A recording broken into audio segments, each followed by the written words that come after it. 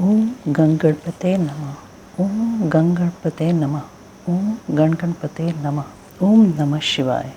भगवान शिव का अपने परम सुंदर दिव्य रूप को प्रकट करना, मीना की प्रसन्नता और क्षमा प्रार्थना तथा पूर्ववासिनी स्त्रियों का शिव के रूप का दर्शन करके जन्म और जीवन को सफल मानना।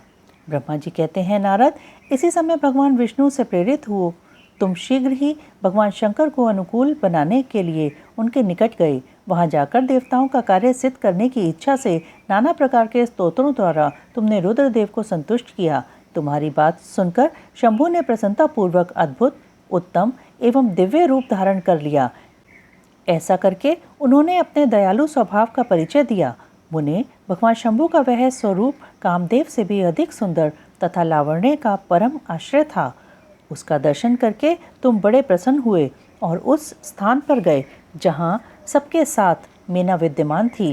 वहाँ पहुंचकर तुमने कहा, विशाल नेत्र वाली मीने, भगवान शिव के उस सर्वोत्तम रूप का दर्शन करो। यह रूप प्रकट करके उन करुणामय शिव ने तुम पर बड़ी ही कृपा की है। तुम्हारी यह बात सुनकर शैलराज की पत्नी मीना आश्चर्यचकित हो गईं। उन्होंने शिव के उस परमानंददायक रूप का दर्शन किया जो करोड़ों सूर्यों के समान तेजस्वी, सर्वांग सुंदर, विचित्र वस्त्रधारी तथा नाना प्रकार के आभूषणों से विभूषित था। वह अत्यंत प्रसन्न, सुंदर हास्य से सुशोभित, ललित लावण्य से लसित, मनोहर, गौरवर्ण, द्युतिमान तथा चंद्रलेखा से अलंकृत था। विष्णु आदि संपूर्ण देवता बड़े प्रेम से भगवान शिव की सेवा कर रहे थे। सूर्यदेव ने छत्र लगा रखा था। चंद्रदेव मस्तक का मुकुट बनकर उनकी शोभा बढ़ा रहे थे। इन सब साधनों से भगवान शंकर सर्वथा रमणीय जान पड़ते थे। उनका वाहन भी अनेक प्रकार के आभूषणों से विभूषित था। उनकी महाशोभा का वर्णन नहीं हो सकता था। गंगा और यमुना भगवान शिव को सुंदर चंवर डुला रही थीं और आठों सिद्धियां उनके आगे नाच रही थीं। उस समय में भगवान विष्णु तथा इंद्र आदि देवता अपने अपने वेश को भली भांति विभूषित करके पर्वतवासी भगवान शिव के साथ चल रहे थे। नाना रूपधारी शिव के गण खूब सज धज कर अत्यंत आनंदित हो शिव के आगे आगे चल रहे थे। सिद्ध, उपदेवता, समस्त मुनि तथा अन्य सब लोग भी महान सुख का अनुभव करते हुए अत्यंत प्रसन्नता पूर्वक शिव के साथ यात्रा कर रहे थे। इस प्रकार देवता आदि सब लोग विवाह देखने के लिए उत्कंठित हो खूब सज धज कर अपनी पत्नियों के साथ परब्रह्म शिव का यशोगान करते हुए जा रहे थे। विश्वावसु आदि गंधर्व अप्सराओं के साथ हो शंकर जी के उत्तम यश का गान करते हुए उनके आगे आगे चल रहे थे। मुनिश्रेष्ठ महेश्वर के शैलराज के द्वार पर पधारते समय इस प्रकार वहां नाना प्रकार का महान उत्सव हो रहा था। मुनीश्वर, उस समय वहां परमात्मा शिव की जैसी शोभा हो रही थी, उसका विशेष रूप से वर्णन करने में कौन समर्थ हो सकता है। उन्हें वैसे विलक्षण रूप में देखकर मीना शर्मण के लिए चित्रलिखी सी रह गईं। फिर बड़ी प्रसन्नता के साथ बोली, महेश्वर, मेरी पुत्री धन्य है जिसने बड़ा भारी तप किया और उस तप के प्रभाव से आप मेरे इस घर में पधारे। पहले जो मैंने आप शिव की अक्षम्य निंदा की है उसे मेरी शिवा के स्वामी शिव आप क्षमा करें और इस समय पूर्णतः प्रसन्न हो जाएं। ब्रह्मा जी कहते हैं, नारद, इस प्रकार बात करके चंद्रमौली शिव की स्तुति करती हुई शैलप्रिया मीना ने उन्हें हाथ जोड़कर प्रणाम किया। फिर वे लज्जित हो गईं। इतने में ही बहुत सी पूर्ववासिनी स्त्रियां भगवान शिव के दर्शन की लालसा से अनेक प्रकार के काम छोड़कर वहां आ पहुंची। जो जैसे थीं वैसे ही अस्त व्यस्त रूप में दौड़ आईं। भगवान शंकर का वह मनोहर रूप देखकर वे सब मोहित हो गईं। शिव के दर्शन से हर्ष को प्राप्त हो प्रेमपूर्ण हृदय वाली वे नारियां महेश्वर की उस मूर्ति को अपने मनोमंदिर में बिठाकर इस प्रकार बोली। पूर्ववासिनियों ने कहा, ओहो, हिमवान के नगर में निवास करने वाले लोगों के नेत्र आज सफल हो गए। जिस जिस व्यक्ति ने इस दिव्य रूप का दर्शन किया है, निश्चय ही उसका जन्म सार्थक हो गया है। उसी का जन्म सफल है और उसी की सारी क्रियाएं सफल हैं। जिसने संपूर्ण पापों का नाश करने वाले साक्षात शिव का दर्शन किया है, पार्वती ने शिव के लिए जो तप किया है उसके द्वारा उन्होंने अपना सारा मनोरथ सिद्ध कर लिया। शिव को पति रूप में पाकर ये शिवा धन्य और कृतकृत्य हो गईं। यदि विधाता शिवा और शिव की इस युगल जोड़ी को सानंद एक दूसरे से मिला न देते तो उनका सारा परिश्रम निष्फल हो जाता। इस उत्तम जोड़ी को मिलाकर ब्रह्मा जी ने बहुत अच्छा कार्य किया है। इससे सबके सभी कार्य सार्थक हो गए। तपस्या के बिना मनुष्यों के लिए शंभु का दर्शन दुर्लभ है। भगवान शंकर के दर्शन मात्र से ही सब लोग कृतार्थ हो गए। जो सर्वेश्वर गिरिजापति शंकर का दर्शन करते हैं वे सारे पुरुष श्रेष्ठ हैं और हम सारी स्त्रियां भी धन्य हैं।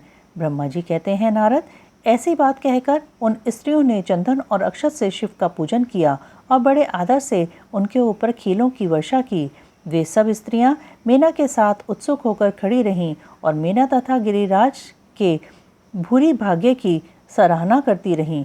मुने, स्त्रियों के मुख से वैसी शुभ बातें सुनकर विष्णु आदि सब देवताओं के साथ भगवान शिव को बड़ा हर्ष हुआ।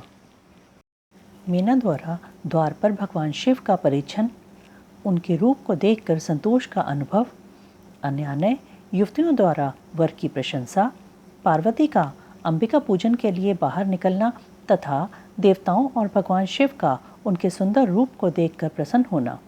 ब्रह्मा जी कहते हैं, नारद, तदंतर भगवान शिव प्रसन्नचित हो अपने गणों, समस्त देवताओं तथा अन्य लोगों के साथ कौतूहल पूर्वक गिरिराज हेमवान के धाम में गए।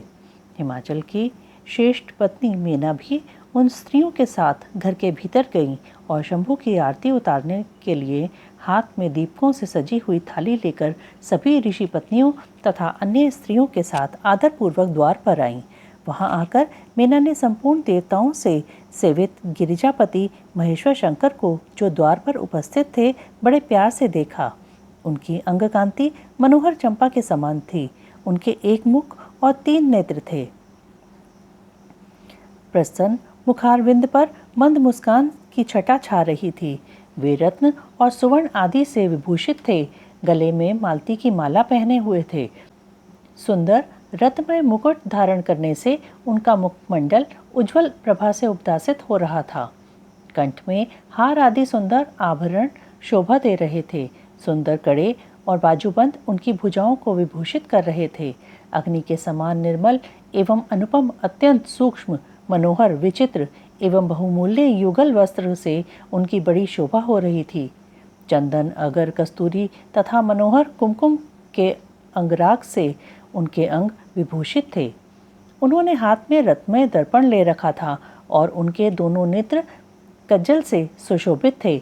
उन्होंने अपनी प्रभा से सबको आच्छादित कर लिया था तथा वे अत्यंत मनोहर जान पड़ते थे।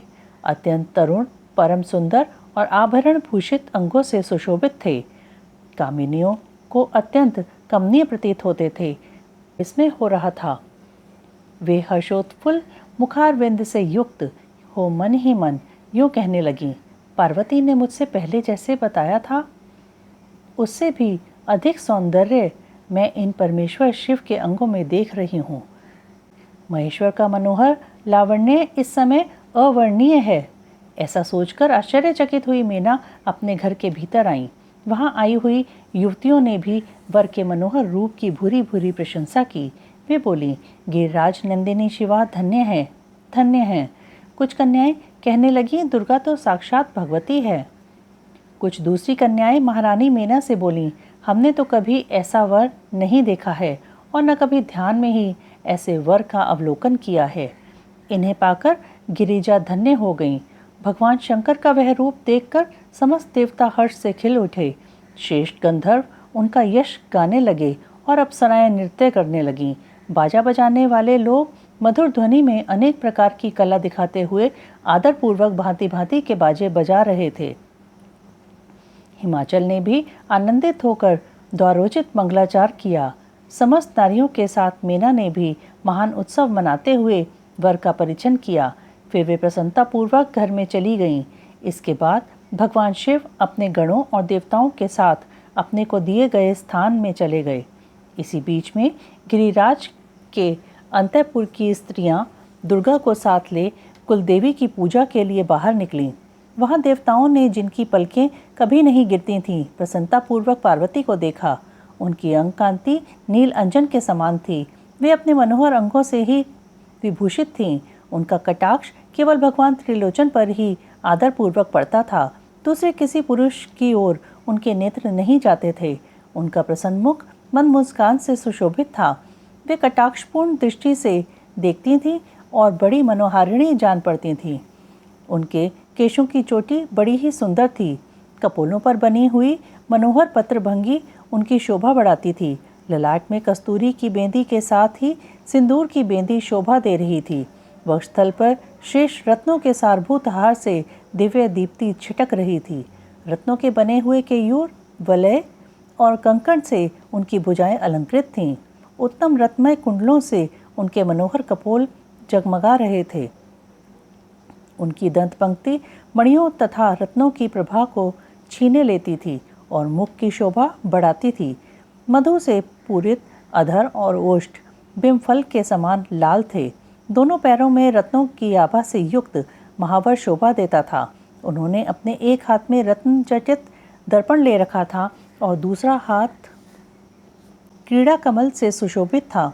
उनके अंगों में चंदन, अगर, कस्तूरी और कुमकुम का अंगराग लगा हुआ था। पैरों में पायजे बज रहे थे और वे अपने लाल लाल तलुओं के कारण बड़ी शोभा पा रही थीं। देवता आदि ने जगत की आदि कारण भूता जगत जननी पार्वती देवी को देखकर भक्तिभाव से मस्तक झुका मीना सहित उन्हें प्रणाम किया। त्रिलोचन शिव ने भी बड़ी प्रसन्नता के साथ कनखियों से उन्हें देखा और उनमें सती की आकृति देखकर अपनी विरह वेदना को त्याग दिया। शिवा पर आंखें गड़ाकर भगवान शिव उस समय सब कुछ भूल गए। उनके सारे अंगों में रोमांच हो आया। वे हर्ष का अनुभव करते हुए गौरी की ओर देखने लगे। गौरी उनकी आंखों में समा गई थीं। इधर काली पुरी से बाहर जाकर अंबिका देवी की पूजा करने के पश्चात ब्राह्मण पत्नियों के साथ पुनः अपने पिता के रमणीय भवन में लौट आईं। भगवान शंकर भी मुझ ब्रह्मा, विष्णु तथा देवताओं के साथ हिमाचल के बताए हुए अपने नियत स्थान पर प्रसन्नतापूर्वक गए। वहाँ गिरिराज के द्वारा नाना प्रकार की सुंदर स्मृति से सम्मानित हुए वे सब लोग सुखपूर्वक ठहर गए और भगवान शिव की सेवा करने लगे। वरपक्ष के आभूषणों से विभूषित शिवा की निराजना, कन्यादान के समय वर के साथ सब देवताओं का हिमाचल के घर के आंगन में विराजना तथा वर वधू के द्वारा एक दूसरे का पूजन। ब्रह्मा जी कहते हैं, नारद तदंतर गिरिश्रेष्ठ हिमवान ने प्रसन्नता और उत्साह के साथ वेद मंत्रों द्वारा दुर्गा और शिव का उपस्नान करवाया। तत्पश्चात गिरिराज की प्रार्थना से श्री विष्णु आदि देवता तथा मुनि कौतूहल पूर्वक उनके घर के भीतर गए। वहां उन्होंने वैदिक और लौकिक आचार का यथार्थ रीति से पालन करके भगवान शिव के दिए हुए आभूषणों से देवी शिवा को अलंकृत किया। सखियों और ब्राह्मण की पत्नियों ने पहले पार्वती को स्नान करवाया, फिर सब प्रकार से वस्त्राभूषणों द्वारा विभूषित करके उनकी आरती उतारी। तीनों लोकों की जननी महाशैल पुत्री सुंदरी शिवा दिव्य वस्त्राभूषणों से सुसज्जित होकर मन ही मन भगवान शिव का ध्यान करती हुई वहां बैठी। उस समय उनकी बड़ी शोभा हो रही थी। उस अवसर पर दोनों पक्षों में महान आनंददायक उत्सव होने लगा। ब्राह्मणों को शास्त्रोक्त रीति से नाना प्रकार का दान दिया गया। अन्य लोगों को भी वहां भांति भांति के बहुत से द्रव्य बांटे गए। विशेष उत्सव के साथ गीत और वाद्य आदि के द्वारा लोगों का मनोरंजन किया गया। तदंतर मैं ब्रह्मा, भगवान विष्णु, इंद्र आदि देवता तथा मुनि ये सब के सब बड़ी प्रसन्नता के साथ सानंद उत्सव मनाते हुए भक्तिभाव से शिवा को प्रणाम कर शिव के चरणार बिंदों के चिंतन पूर्वक हिमाचल की आज्ञा ले अपने अपने स्थान पर चले गए। इसके बाद गर्ग ने कन्यादान का समय जान हिमाचल से श्री शंकर तथा बारातियों को बुलाने के लिए कहा। फिर तो बाजे बजने लगे। हिमाचल के मंत्रियों ने जाकर वर और बारातियों से शीघ्र पधारने के लिए प्रार्थना की। वे बोले, कन्यादान के लिए उचित समय आ गया है, अतः आप लोग शीघ्र मंडप में पधारें। तदंतर भगवान शिव को सुंदर वस्त्राभूषणों से सुसज्जित करके वृषभ की पीठ पर बिठाया गया और जय बोलते हुए सब लोग चले। भगवान शंकर को आगे करके बाजे बजाते और कौतुक करते हुए सब बाराती हिमालय के घर को गए। हिमाचल के भेजे हुए ब्राह्मण तथा श्रेष्ठ पर्वत कौतूहल पूर्वक शंभू के आगे आगे चलते थे। भगवान के मस्तक पर बहुत बड़ा छत्र तना हुआ था। सब ओर से उन्हें चंवर डुलाया जाता था तथा वे महेश्वर चंदोवेस के नीचे होकर चलते थे। मैं, विष्णु, इंद्र और लोकपाल आगे रहकर उत्तम शोभा से सुशोभित हो रहे थे। उस महान उत्सव के समय शंख, भेरी, पटह, आनक और गोमुख आदि बाजे बारंबार बज रहे थे। इन सबके साथ जगत के एकमात्र जीवन बंधु भगवान शिव परमेश्वरोचित तेज से संपन्न हो यात्रा कर रहे थे। उस समय समस्त देवेश्वर उनकी सेवा में उपस्थित हो बड़े हर्षोल्लास के साथ उन पर फूलों की वर्षा करते थे। इस प्रकार पूजित और बहुत सी स्तुतियों द्वारा प्रशंसित परमेश्वर शिव ने यज्ञ मंडप में प्रवेश किया। वहां श्रेष्ठ पर्वतों ने शिव को वृषभ से उतारा और महान उत्सव के साथ प्रेम पूर्वक उन्हें घर के भीतर ले गए। हिमालय ने भी घर में आए हुए देवताओं सहित महेश्वर को विधि पूर्वक भक्ति भाव से प्रणाम करके उनकी आरती उतारी। फिर महान उत्सव पूर्वक अपने भाग्य की सराहना करते हुए उन्होंने अन्य समस्त देवताओं और मुनियों को प्रणाम करके उन सबका समादर किया। श्री विष्णु सहित महेश्वर को तथा मुख्य देवताओं को पाद्य अर्घ देकर हिमालय उन्हें अपने भवन के भीतर ले गए और आंगन में रत्न सिंहासनों के ऊपर मुझको, विष्णु को, शंकर जी को तथा अन्य विशिष्ट व्यक्तियों को बिठाया। उस समय मेना ने अपनी सखियों, ब्राह्मण पत्नियों तथा अन्य पुरंदरियों के साथ आकर सानंद आरती उतारी। कर्मकांड के ज्ञाता पुरोहित महात्मा शंकर के लिए मधु पर पूजन आदि जो आवश्यक कृत्य थे उन सबको सहर्ष संपन्न किया। फिर मेरे कहने से पुरोहित ने प्रस्ताव के अनुरूप उत्तम मंगलमय कार्य आरंभ किया। इसके बाद हिमालय ने अंतर्वेदी में, जहाँ समस्त आभूषणों से विभूषित उनकी कृशांगी कन्या वेदी के ऊपर विराजमान थी, वहाँ मेरे और श्री विष्णु के साथ महादेव जी को ले गए। तदंतर बृहस्पति आदि विद्वान बड़े उत्साह से संपन्न हो कन्या दानोचित लग्न की प्रतीक्षा करने लगे। गर्ग ने पुण्याहवाचन करते हुए पार्वती जी की अंजलि में चावल भरे और शिवजी के ऊपर अक्षत छोड़ा। परम उदार सुमुखी पार्वती ने दही, अक्षत, कुश और जल से वहां रुद्रदेव का पूजन किया। जिनके लिए शिवा ने बड़ी भारी तपस्या की थी, उन भगवान शिव को बड़े प्रेम से देखती हुई वे वहां अत्यंत शोभा पा रही थीं। फिर मेरे और गर्ग आदि मुनियों के कहने से शंभु ने लोकाचारवश शिवा का पूजन किया। इस प्रकार परस्पर पूजन करते हुए वे दोनों जगन्मय पार्वती परमेश्वर वहां सुशोभित हो रहे थे। त्रिभुवन की शोभा से संपन्न हो परस्पर देखते हुए उन दोनों दंपति की लक्ष्मी आदि देवियों ने विशेष रूप से आरती उतारी। शिव पार्वती के विवाह का आरंभ। हिमालय के द्वारा शिव के गोत्र के विषय में प्रश्न होने पर नारद जी के द्वारा उत्तर। हिमालय का कन्यादान करके शिव को दहेज देना तथा शिव का अभिषेक। ब्रह्मा जी कहते हैं, नारद, इसी समय वहाँ गर्गाचार्य से प्रेरित हो मीना सहित हिमवान ने कन्यादान का कार्य आरंभ किया। उस समय वस्त्राभूषणों से विभूषित महाभागा मीना सोने का कलश लिए पति हिमवान के दाहिने भाग में बैठी। तत्पश्चात पुरोहित सहित हर्ष से भरे हुए शैलराज ने पाद्य आदि के द्वारा वर का पूजन करके वस्त्र, चंदन और आभूषणों द्वारा उनका वरण किया। इसके बाद हिमाचल ने ब्राह्मणों से कहा, आप लोग तिथि आदि के कीर्तन पूर्वक कन्यादान के संकल्प वाक्य का प्रयोग बोलें। उसके लिए अवसर आ गया है। वे सब द्विश्रेष्ठ काल के ज्ञाता थे, अतः तथास्तु कहकर वे सब बड़ी प्रसन्नता के साथ तिथि आदि का कीर्तन करने लगे। तदंतर सुंदर लीला करने वाले परमेश्वर शंभु के द्वारा मन ही मन प्रेरित हो हिमाचल ने प्रसन्नता पूर्वक हंसकर उनसे कहा, शंभो, आप अपने गोत्र का परिचय दें, प्रवर, कुल, नाम, वेद और शाखा का प्रतिपादन करें। अब अधिक समय न बिताएं। हिमाचल की यह बात सुनकर भगवान शंकर सुमुख होकर भी विमुख हो गए।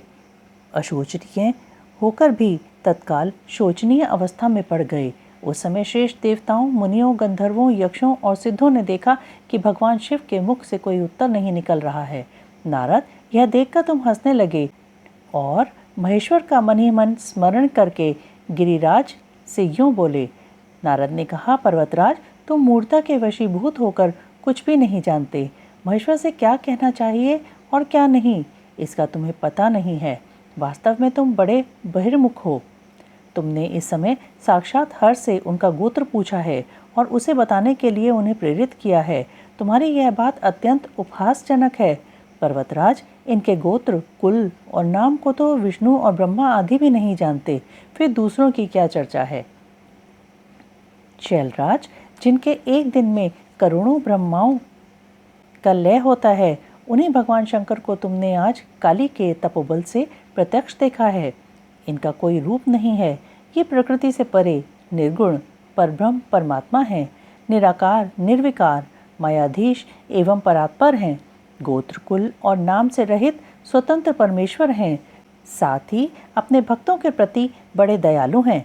भक्तों की इच्छा से ही ये निर्गुण से सगुण हो जाते हैं, निराकार होते हुए भी सुंदर शरीर धारण कर लेते हैं और अनामा होकर भी बहुत से नाम वाले हो जाते हैं। ये गोत्रहीन होकर भी उत्तम गोत्र वाले हैं, कुलहीन होकर भी कुलीन हैं। पार्वती की तपस्या से ही ये आज तुम्हारे जमाता बन गए हैं, इसमें संशय नहीं है। गिरिश्रेष्ठ, इन लीला विहारी परमेश्वर ने चराचर जगत को मुंह में डाल रखा है।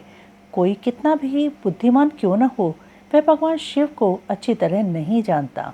ब्रह्मा जी कहते हैं, मुने, ऐसा कहकर शिव की इच्छा से कार्य करने वाले तुझ ज्ञानी देवर्षि ने शैलराज को अपनी वाणी से हर्ष प्रदान करते हुए फिर इस प्रकार उत्तर दिया। नारद बोले, शिवा को जन्म देने वाले तात महाशैल, मेरी बात सुनो और उसे सुनकर अपनी पुत्री शंकर जी के हाथ में दे दो। लीलापूर्वक रूप धारण करने वाले सगुण महेश्वर का गोत्र और कुल केवल नाद ही है। इस बात को अच्छी तरह समझ लो। शिव नादमय है और नाद शिवमय है। यह सर्वथा सच्ची बात है। नाद और शिव, इन दोनों में कोई अंतर नहीं है। शैलेंद्र, सृष्टि के समय सबसे पहले लीला के लिए सगुण रूप धारण करने वाले शिव से नाद ही प्रकट हुआ था, अतः वह सबसे उत्कृष्ट हैं। हिमालय, इसीलिए मन ही मन सर्वेश्वर शंकर के द्वारा प्रेरित हो मैंने आज अभी वीणा बजाना आरंभ कर दिया था। ब्रह्मा जी कहते हैं, मुने, तुम्हारी यह बात सुनकर गिरिराज हिमालय को संतोष प्राप्त हुआ और उनके मन का सारा विस्मय जाता रहा। तदंतर श्री विष्णु आदि देवता तथा मुनि सबके सब विस्मय रहित हो नारद को साधुवाद देने लगे। महेश्वर की गंभीरता जानकर सभी विद्वान आश्चर्यचकित हो बड़ी प्रसन्नता के साथ परस्पर बोले, अहो, जिनकी आज्ञा से इस विशाल जगत का प्राकट्य हुआ है, जो परात्पर आत्मबोध स्वरूप स्वतंत्र लीला करने वाले तथा उत्तम भाव से ही जानने योग्य हैं, उन त्रिलोकनाथ भगवान शंभु का आज हम लोगों ने भली भांति दर्शन किया है। तदंतर हिमालय ने विधि के द्वारा प्रेरित हो भगवान शिव को अपनी कन्या का दान कर दिया। कन्यादान करते समय वे बोले, इमाम कन्याम तुभ्यमहम ददामि परमेश्वर, भार्यार्थम परिगृहणीष्व प्रसीद सकलेश्वर। परमेश्वर, मैं अपनी यह कन्या आपको देता हूँ, आप इसे अपनी पत्नी बनाने के लिए ग्रहण करें। सर्वेश्वर, इस कन्यादान से आप संतुष्ट हों। इस मंत्र का उच्चारण करके हिमाचल ने अपनी पुत्री त्रिलोक जननी पार्वती को उन महादेव देवता रुद्र के हाथ में दे दिया। इस प्रकार शिवा का हाथ शिव के हाथ में रखकर शैलराज मन ही मन बड़े प्रसन्न हुए। उस समय वे अपने मनोरथ के महासागर को पार कर गए थे। परमेश्वर महादेव जी के प्रसन्न हो वेद मंत्र के उच्चारण पूर्वक गिरजा के करकमल को शीघ्र अपने हाथों में ले लिया। मुने, लोकाचार के पालन की आवश्यकता को दिखाते हुए उन भगवान शंकर ने पृथ्वी का स्पर्श करके कोदात इत्यादि रूप से काम संबंधी मंत्र का पाठ किया। उस समय वहाँ सब और महान आनंददायक महोत्सव होने लगा। पृथ्वी, अंतरिक्ष में तथा स्वर्ग में भी जय जयकार का शब्द गूंजने लगा। सब लोग अत्यंत हर्ष से भरकर साधुवाद देने और नमस्कार करने लगे। गंधर्वगण प्रेम पूर्वक गाने लगे और अप्सराएं नृत्य करने लगीं। हिमाचल के नगर के लोग भी अपने मन में परम आनंद का अनुभव करने लगे। उस समय महान उत्सव के साथ परम मंगल मनाया जाने लगा। मैं, विष्णु, इंद्र, देवगण तथा संपूर्ण मुनि हर्ष से भर गए। हम सबके मुखारविंद प्रसन्नता से खिल उठे। तदंतर शैलराज हिमाचल ने अत्यंत प्रसन्न हो शिव के लिए कन्यादान की यथोचित सांगता प्रदान की। तत्पश्चात उनके बंधुजनों ने भक्तिपूर्वक शिवा का पूजन करके नाना विधि विधान से भगवान शिव को उत्तम द्रव्य समर्पित किया। हिमालय ने दहेज में अनेक प्रकार के द्रव्य, रत्न, पात्र, 1 लाख सुसज्जित गौएं, 1,00,000 सजे सजाए घोड़े, करोड़ हाथी और उतने ही सुवर्ण जटित रथ आदि वस्तुएं दी। इस प्रकार परमात्मा शिव को विधि पूर्वक अपनी पुत्री कल्याणमयी पार्वती दान करके हिमालय कृतार्थ हो गए। इसके बाद शैलराज ने यजुर्वेद की माध्यान्तिनी शाखा में वर्णित स्तोत्र के द्वारा दोनों हाथ जोड़ प्रसन्नतापूर्वक उत्तम वाणी में परमेश्वर शिव की स्तुति की। तत्पश्चात वेदवेत्ता हिमाचल के आज्ञा देने पर मुनियों ने बड़े उत्साह के साथ शिवा के सिर पर अभिषेक किया और महादेव जी का नाम लेकर उस अभिषेक की विधि पूरी की। मुने उस समय बड़ा आनंददायक महोत्सव हो रहा था। शिव के विवाह का उपसंहार, उनके द्वारा दक्षिणा वितरण, वरवधू का कोहबर और वास भवन में जाना, वहाँ स्त्रियों का उनसे लोकाचार का पालन कराना, रति की प्रार्थना से शिव द्वारा काम को जीवन दान एवं वर प्रदान, वरवधू का एक दूसरे को मिष्ठान भोजन कराना और शिव का जनवासे में लौटना। ब्रह्मा जी कहते हैं, नारद, तदंतर मेरी आज्ञा पाकर महेश्वर ने ब्राह्मणों द्वारा अग्नि की स्थापना करवाई और पार्वती को अपने आगे बिठाकर वहां ऋग्वेद, यजुर्वेद तथा सामवेद के मंत्रों द्वारा अग्नि में आहुतियां दी। तात उस समय काली के भाई मैनाक ने लावा की अंजलि दी और काली तथा शिव दोनों ने आहुति देकर लोकाचार का आश्रय ले प्रसन्नतापूर्वक अग्निदेव की परिक्रमा की। नारद, तदंतर शिव की आज्ञा से मुनियों सहित मैंने शिवा शिव विवाह का शेष कार्य प्रसन्नतापूर्वक पूरा किया। फिर उन दोनों दंपति के मस्तक का अभिषेक हुआ। ब्राह्मणों ने उन्हें आदरपूर्वक ध्रुव का दर्शन कराया। तत्पश्चात हृदय लंबन का कार्य हुआ। फिर बड़े उत्साह के साथ स्वस्ति वाचन किया गया। इसके पश्चात ब्राह्मणों की आज्ञा से शिव ने शिवा के सिर में सिंदूर दान किया। उस समय गिरिराज नंदिनी उमा की शोभा अद्भुत और अवर्णनीय हो गई। फिर ब्राह्मणों के आदेश से वे शिव दंपति एक आसन पर विराजमान हो भक्तों के चित्त को आनंद देने वाली उत्तम शोभा पाने लगे। मुने, तदंतर अद्भुत लीला करने वाले उन नव दंपति ने मेरी आज्ञा पाकर अपने स्थान पर आ संस्रव प्राशन किया। इस प्रकार विधि पूर्वक उस वैवाहिक यज्ञ के पूर्ण हो जाने पर भगवान शिव ने मुझे लोक सृष्टा ब्रह्मा को पूर्ण पात्र दान किया। फिर शंभु ने आचार्य को गोदान किया। मंगलदायक जो बड़े बड़े दान बताए गए हैं वे सभी सहर्ष संपन्न किए। तत्पश्चात उन्होंने बहुत से ब्राह्मणों को पृथक पृथक 100 स्वर्ण मुद्राएं दी, करोड़ों रत्न दान किए और अनेक प्रकार के द्रव्य बांटे।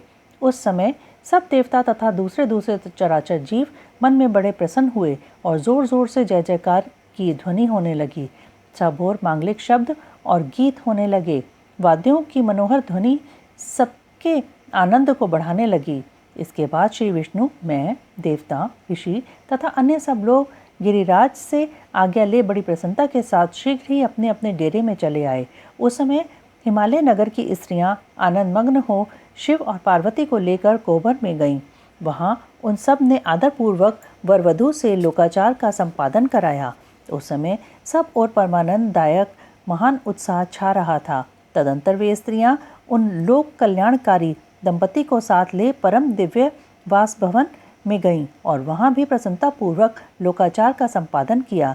इसके बाद गिरिराज के नगर में स्त्रियों ने समीप आकर मंगल कृत्य करके उन नव दंपति को केली गृह में पहुंचाया और जय ध्वनि करती हुई उनके गठबंधन की गांठ खोलने आदि का कार्य संपन्न किया। उस समय उन नूतन दंपति को देखने के लिए 16 दिव्य नारियां बड़े आदर के साथ शीघ्रतापूर्वक वहां आईं। उनके नाम इस प्रकार हैं: सरस्वती, लक्ष्मी, सावित्री, गंगा, अदिति, शची, लोपामुद्रा, अरुंधति, अहल्या, तुलसी, स्वाहा, रोहिणी, पृथ्वी, शतरूपा, संज्ञा तथा रति। ये देवांगनाएं तथा मनोहारिणी देवकन्या, नाग कन्या और मुनि कन्याएं भी वहां आ पहुंची। वहां जितनी स्त्रियां उपस्थित थीं उन सबकी गणना करने में कौन समर्थ है। उनके दिए हुए रत्नमय सिंहासन पर भगवान शिव प्रसन्नतापूर्वक बैठे। उस समय उन्होंने शिव से नाना प्रकार की विनोदपूर्ण बातें कहीं। तदंतर प्रसन्नचित हुए महेश्वर ने अपनी पत्नी के साथ मिष्टान भोजन और आचमन करके कपूर डाला हुआ पान खाया। इसी अवसर पर अनुकूल समय जान प्रसन्न हुई रति ने दीन वत्सल भगवान शंकर से कहा, भगवान, पार्वती का पाणी ग्रहण करके आपने अत्यंत दुर्लभ सौभाग्य प्राप्त किया है। बताइए मेरे प्राणनाथ को जो सर्वथा स्वार्थ रहित थे, आपने क्यों भस्म कर डाला? अब यहाँ मेरे पति को जीवित कीजिए और अपने अंतःकरण में काम संबंधी व्यापार को जगाइए। आपको और मुझको जो समान रूप से वियोग जनित संताप प्राप्त हुआ है, उसे दूर कीजिए। महेश्वर, आपके इस विवाह उत्सव में सब लोग सुखी हुए हैं, केवल मैं ही अपने पति के बिना दुख में डूबी हुई हूँ। देव, शंकर, प्रसन्न होइए और मुझे सनाथ कीजिए। दीनबंधो, परम प्रभो, अपनी कही हुई बात को सत्य कीजिए। चराचर प्राणियों सहित तीनों लोकों में आपके सिवा दूसरा कौन है जो मेरे दुख का नाश करने में समर्थ हो? ऐसा जानकर आप मुझ पर दया कीजिए। दीनों पर दया करने वाले नाथ, सबको आनंद प्रदान करने वाले, अपने इस विवाह उत्सव में मुझे भी उत्सव संपन्न बनाइए। मेरे प्राणनाथ के जीवित होने पर ही अपनी प्रिया पार्वती के साथ आपका सुंदर विहार परिपूर्ण होगा, इसमें संशय नहीं है। सर्वेश्वर, आप सब कुछ करने में समर्थ हैं, क्योंकि आप ही परमेश्वर हैं। यहाँ अधिक कहने से क्या लाभ? सर्वेश्वर, आप शीघ्र मेरे पति को जीवित कीजिए। ऐसा कहकर रति ने गांठ में बंधा हुआ कामदेव के शरीर का भस्म शंभु को दे दिया और उनके सामने हा नाथ कहकर रोने लगी। रति का रोदन सुनकर सरस्वती आदि सभी देवियां रोने लगीं और अत्यंत दीन वाणी में बोलीं, प्रभु, आपका नाम भक्त वत्सल है। आप दीनबंधु और दया के सागर हैं, अतः काम को जीवन दान दीजिए और रति को उत्साहित कीजिए। आपको नमस्कार है। ब्रह्मा जी कहते हैं, नारद, उन सबकी यह बात सुनकर महेश्वर प्रसन्न हो गए। उन करुणा सागर प्रभु ने तत्काल ही रति पर कृपा की। भगवान शूलपाणी की अमृतमयी दृष्टि पड़ते ही पहले जैसे रूप, वेश और चिन्ह से युक्त अद्भुत मूर्तिधारी सुंदर कामदेव उस भस्म से प्रकट हो गया। अपने पति को वैसे ही रूप, आकृति, मंद मुस्कान और धनुष बाण से युक्त देख रति ने महेश्वर को प्रणाम किया। वह कृतार्थ हो गई। उसने प्राणनाथ की प्राप्ति कराने वाले भगवान शिव का अपने जीवित पति के साथ हाथ जोड़कर बारंबार स्तवन किया। पत्नी सहित काम की हुई स्तुति को सुनकर दयाद्र हृदय भगवान शंकर अत्यंत प्रसन्न हुए और इस प्रकार बोले।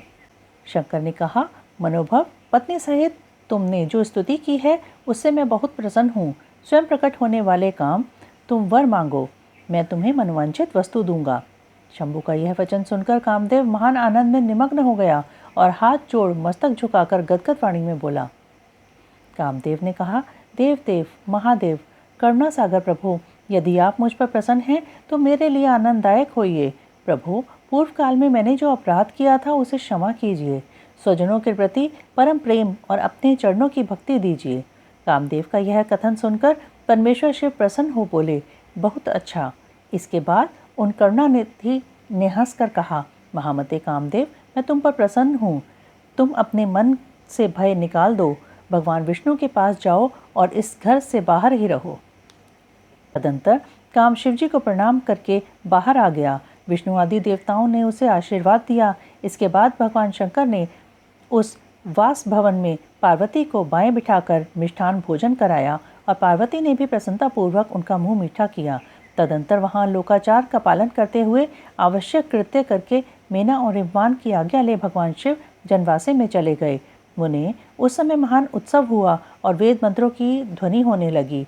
लोग चारों प्रकार के बाजे बजाने लगे। जनवासे में अपने स्थान पर पहुंचकर शिव ने लोकाचारवश मुनियों को प्रणाम किया, श्री हरि को और मुझे भी मस्तक झुकाया। फिर सब देवता आदि ने उनकी वंदना की। उस समय वहां जय जयकार, नमस्कार तथा समस्त विघ्नों का विनाश करने वाली शुभदायिनी वेद ध्वनि भी होने लगी। इसके बाद मैंने, भगवान विष्णु ने तथा इंद्र ऋषि और सिद्ध आदि ने भी शंकर जी की स्तुति की। गिरिजा नायक महेश्वर की स्तुति करके वे विष्णु आदि देवता प्रसन्नतापूर्वक उनकी यथोचित सेवा में लग गए। तत्पश्चात लीलापूर्वक शरीर धारण करने वाले महेश्वर शंभु ने उन सबको सम्मान दिया। फिर उन परमेश्वर की आज्ञा पाकर वे विष्णु आदि देवता अत्यंत प्रसन्न हो अपने अपने विश्राम स्थान को गए। ओम नमः शिवाय, ओम नमः शिवाय, ओम नमः शिवाय।